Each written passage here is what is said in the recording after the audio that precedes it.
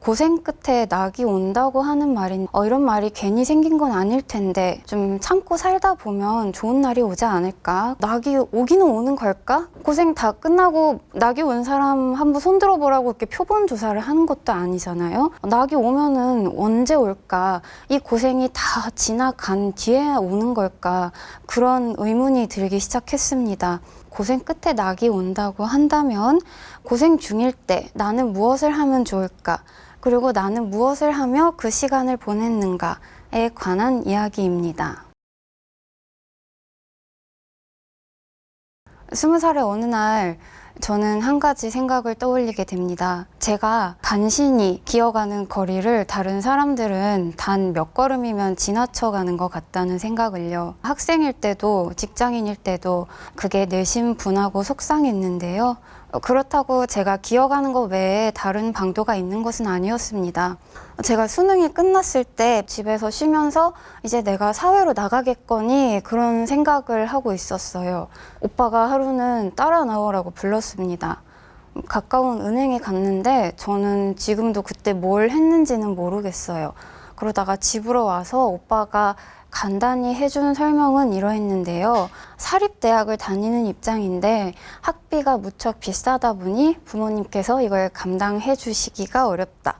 그래서 이제 학자금 대출을 이용해야 하는데 처음은 내가 도와줬지만 앞으로는 네가 그 이용 방법과 시기를 잘 알아봐야 된다.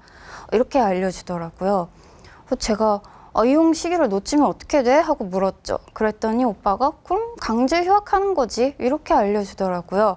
저는 살면서 채권과 채무라는 것을 그냥 단어, 개념 정도로만 이해를 하고 살았는데 갑자기 저한테 대학을 가려면은 채무를 지래요. 저는 대학은 꼭 나와야 된다 그래서 합격증을 받아왔더니 앞으로는 꼬박꼬박 매 학기에 채무를 져야 된다는 말이 너무 충격적이었습니다. 여태까지 어떻게 지내왔길래 난 이런 현실의 문제를 모르고 살았지? 하는 생각이 들기 시작했습니다. 또 막상 학교에 가니까는 친구들은 누구는 부촌으로 유명한 동네에서 집이 너무 넓어서 무전기를 썬다 그러고요. 또 누구는 오스트리아에서 어릴 때부터 국제학교를 다녀서 한국어만큼 독일어, 영어를 자유자재로 쓸 수 있다고 했습니다. 영어 수업을 들어가면 원어민 교수님이 이제 농담을 하십니다. 당연히 영어로 하시고요. 그럼 저를 뺀 친구들이 다 웃습니다. 저는 막 고개를 이렇게 둘러봐요. 방금 뭐라 그러는 건지 모르겠고 이거 필기 써야 되는 건지 모르겠고 제 스스로 판단이 안 됐거든요. 수업 시간에 제가 딱 저랬습니다. 흔히들 하는 말로 내가 그래도 쟤보단 나아. 바로 그 쟤가 된 기분이었어요.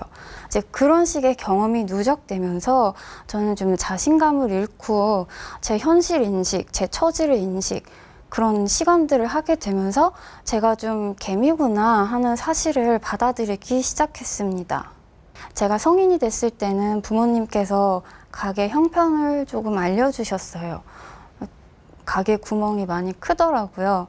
어쩔 수 없이 평일에는 과외를 하고 주말에는 호텔에서도 일을 하고 돌잔치 연회홀, 콜센터 이런 곳에서 닥치지 않고 알바를 했는데요.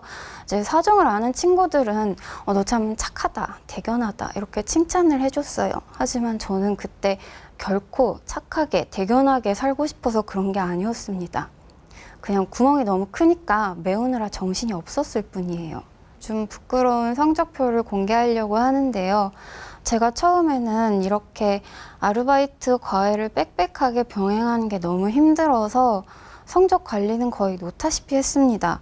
그래서 처음 이제 위에 놓인 성적표를 보면은 제가 A는 하나도 없고 온통 B에 C에 4.3 만점에 2.98 받았습니다. 그러다가 나중에 기를 쓰고 아등바등 끌어올려서 4.3 만점에 4.15까지 올려봤어요. 저 성적을 받을 당시에 제가 과외를 3개 했고요. 대외 활동도 3개 했습니다. 주말마다 교육봉사도 했어요. 제가 얼마나 치열하게 살았을지 감이 오시죠? 저는 3시간 반 동안 통학할 때 교재를 읽었고 메모지에다 이렇게 동선을 적어갖고 핸드폰에 붙여서 보고 다녔습니다. 시간을 1분이라도 아끼려고요. 이제 이렇게 치이면서 대학 생활을 보내던 저에게도 취직을 준비해야 되는 순간이 찾아왔습니다. 네, 야무진 친구들은 보면은 대학교 2, 3학년 때부터 나는 어떤 기업에서 어떤 일을 해야지 이런 걸 딱 정해놓고 거기에 맞춰서 미리부터 스펙을 준비를 했어요. 근데 저는 그냥 제 삶에 뚫린 그 구멍을 메우는데 급급하게 살았고 이제 와서 취직을 하려고 보니까 그냥 제가 살아온 그 궤적대로 국문과 졸업했고 또 교육봉사 시간이 100시간이 넘었기 때문에 교육 콘텐츠 만드는 회사에 지원하면 저를 좋게 봐줄 거라고 기대했습니다. 실제로도 지원하고 이제 면접 2번에 거쳐서 바로 일을 시작하게 됐어요. 이 자리가 제가 한 1년 반 정도 일했던 첫 직장의 자리입니다. 퇴사를 결심했을 때 기념으로 한 장 찍어뒀던 걸로 기억하고 있어요. 처음에 일을 시작했을 때는 마냥 좋았습니다. 초근 수당까지 다 합쳐야 200만 원이 넘는 직장이었는데 매달 안정적으로 돈이 나온다는 게 그렇게 좋을 수가 없었어요. 근데 그 좋은 기분도 얼마 못 갔고요. 부모님께서 직장인이 되었으니 앞으로 우리 가게의 짐을 조금 더 덜어가 달라고 부탁하셨습니다. 제가 버는 돈이 200이 안 됐는데 이제 매달 100만 원씩을 보태달라고 하셨어요. 제가 그때 25살의 겨울이었습니다. 돈을 드리기 싫어서 울었던 건 아니고요.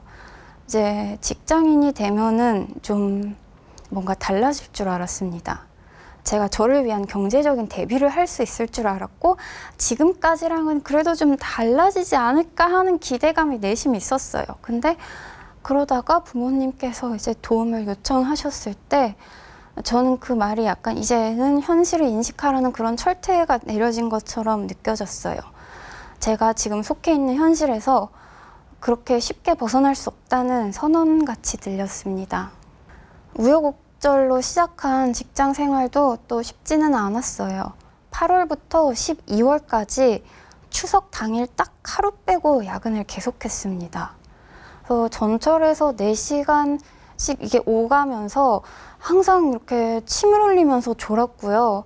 침대에서 자는 시간도 길어야 5시간, 보통은 4시간 이 정도 남짓되는 날들이 계속 이어졌습니다. 사람이 몇 달을 열심히 해보면 그래도 성과라는 걸 찾을 법한데 저는 그 일을 1년 반 동안 죽어라 했음에도 아직도 하는 일을 모르겠다라는 생각이 들었고 그 일에 있어서 제 강점이 뭔지도 스스로 파악이 안 됐습니다. 약간은 내가 많이 부족한가? 내가 바보라서 그런가? 이런 식의 자책을 할 정도였어요. 그런 시간이 반복되면서 저는 어느 순간인가 도저히 참을 수 없겠다는 생각이 들었습니다. 뭐 직장인이라면 누구나 가슴속에 사직서는 다 품고 산다고 하지만 그때 저의 심경은 그 정도가 아니었어요. 저를 위해서 무언가를 하지 않으면 도저히 안 될 것 같은 지경에 이르렀고 제가 어떤 리스크를 앞으로 감내해야 한다 치더라도 그걸 다 견디고 그냥 그만두고 나가고 싶은 생각이 간절해졌습니다. 그래서 저는 퇴사를 결심했고 이제 퇴사를 결심하면서 그동안 이제 잊고 지내왔던 꿈들을 다시 떠올렸는데요.